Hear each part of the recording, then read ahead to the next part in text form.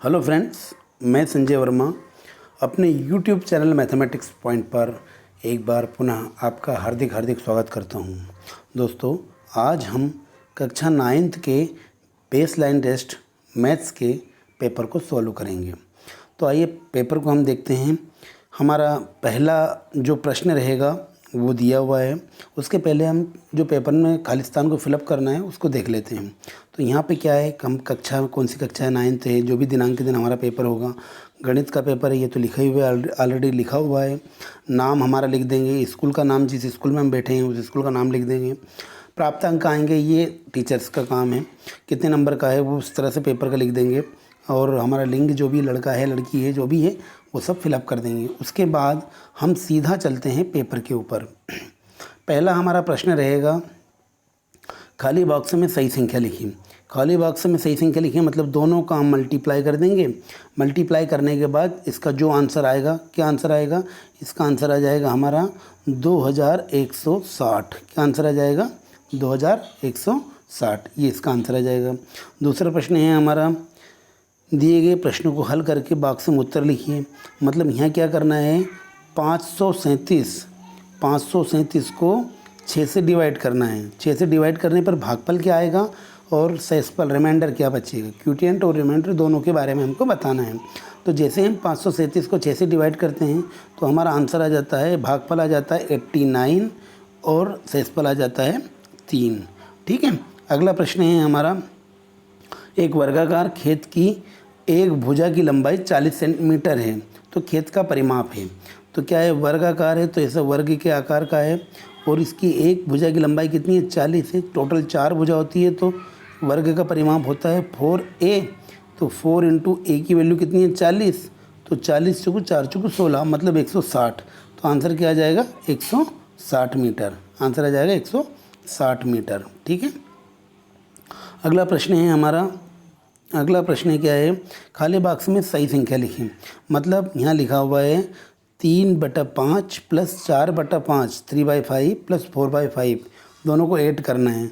तो जब डिनोमीटर एक जैसा आए तो ऊपर की संख्याएं जुड़ जाती हैं। तो आंसर हो जाएगा 4 और 3 7/5, 7/5, ये आंसर हो जाएगा। अगला प्रश्न है, खाली बॉक्स में ग्रेटर देन और लेस देन जो या बराबर जो भी ये कंडीशन वो लगाना है अपने को।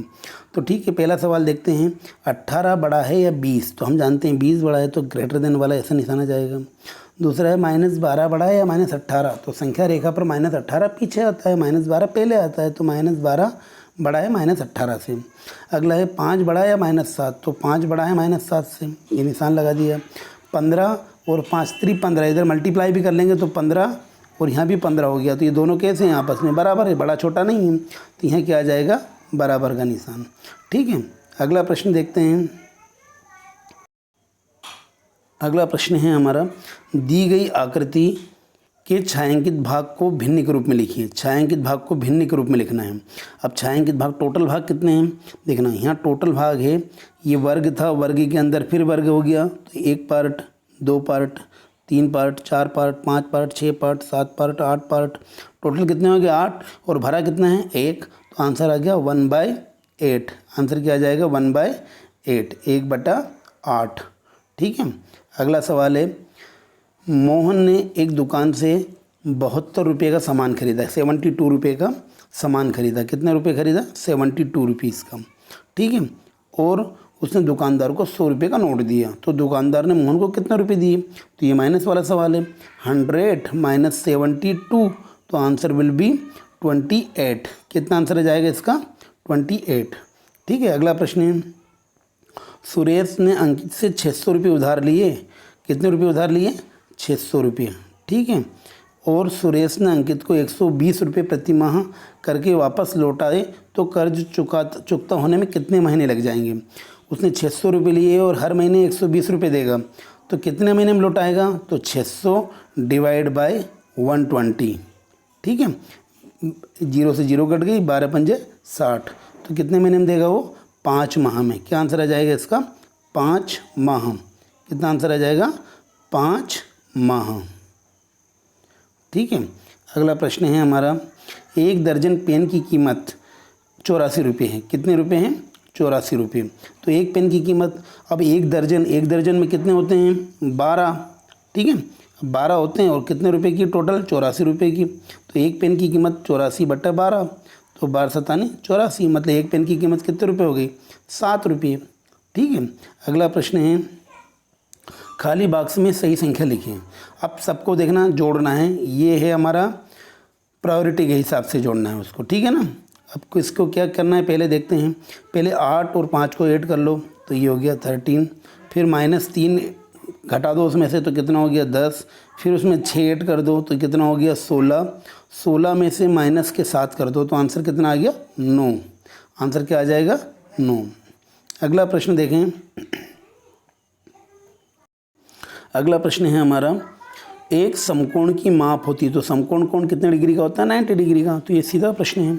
अगला प्रश्न है एक कक्षा में 38 छात्र थे, शिक्षक द्वारा प्रत्येक छात्र को 4-4 टॉफियाँ दी गई, ठीक है। बताइए कि शिक्षक ने कुल कितनी टॉफियाँ बांटी।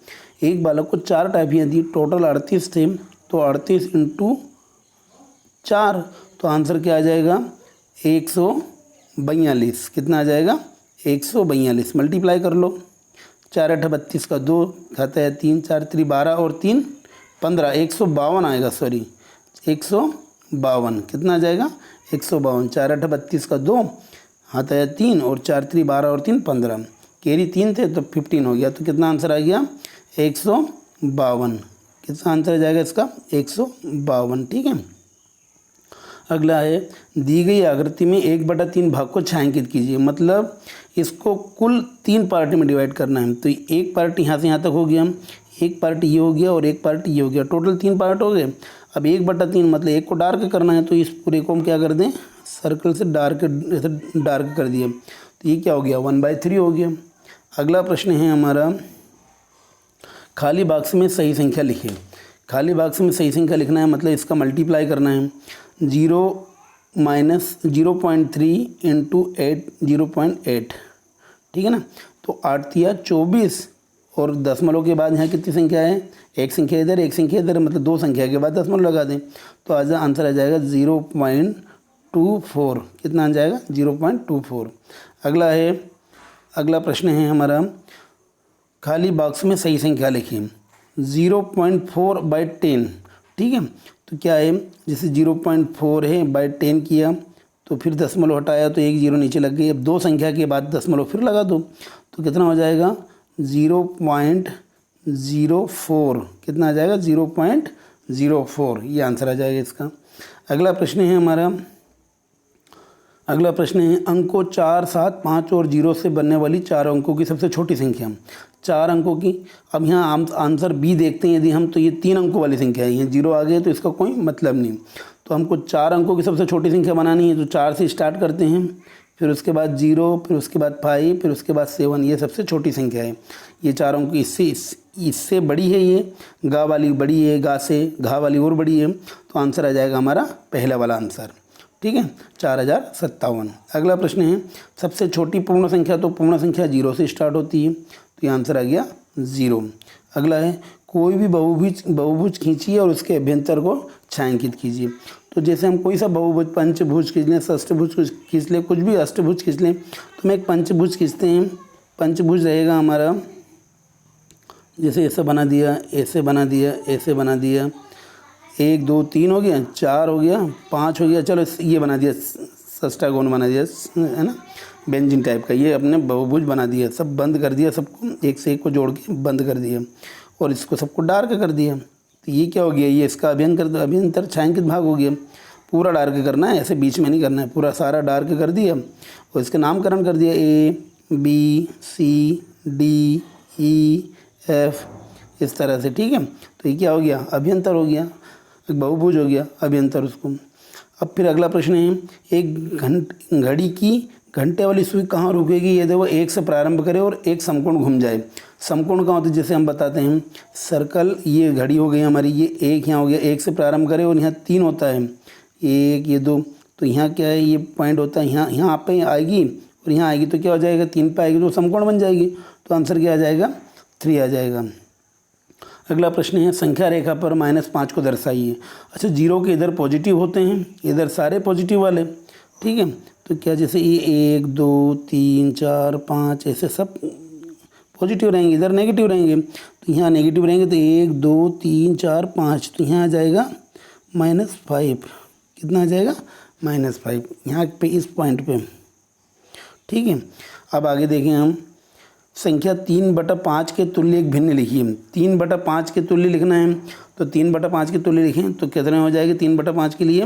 12/20 भी बहुत सारी हो सकती है, 12/20 हो सकती है, 18/30 हो सकती है।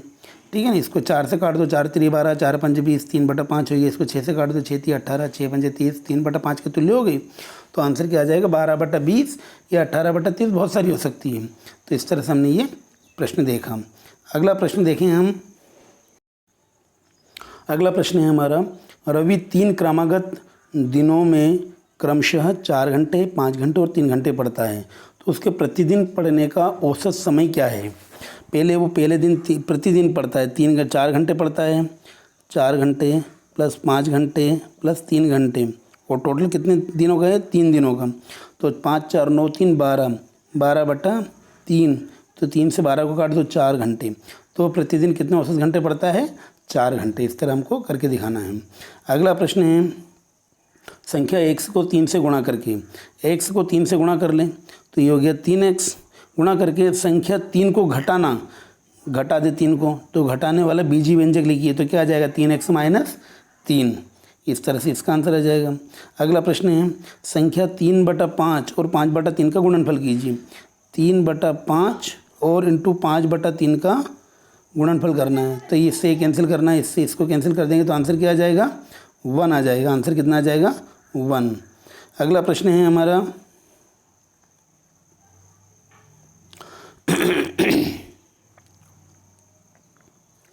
अगला प्रश्न रहेगा, अगला प्रश्न है, संख्या 120 को 1:2 के अनुपात में बांटिए।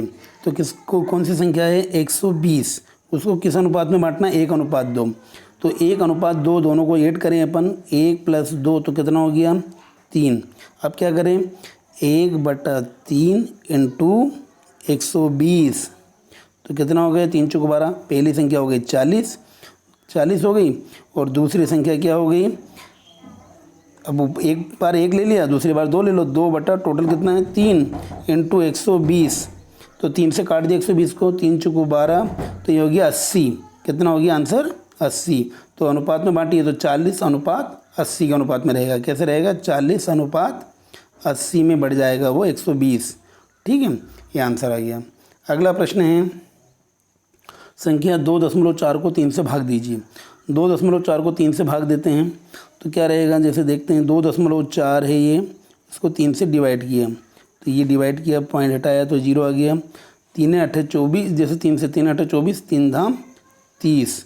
अब एक 0 के बाद दशमलव लगा तो 0.8। आंसर क्या आ जाएगा? 0.8। अगला प्रश्न है हमारा, आकाश को एक टेस्ट में 20 में से 16 अंक प्राप्त हुए। 20 में से 16, टोटल कितने हैं? 20, प्राप्ति कितने हैं? वे 16।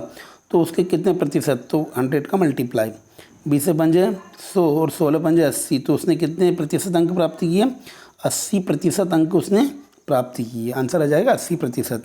अगला प्रश्न है, संख्या 5728 में 7 और 2 के स्थानीय मान लिखिए। तो 7 की लोकेशन क्या है? तीसरे नंबर पे है, मतलब सैकड़े नंबर पे है, तो 700 हो गया 7 का स्थानीय मान। और 2 कौन से नंबर पे? दूसरे, तो दहाई वाला है, तो 2 का स्थानीय मान कितना हो गया? 20। ठीक है, इसका अगला प्रश्न है, एक आयत जिसकी लंबाई एवं चौड़ाई, लंबाई कितनी है?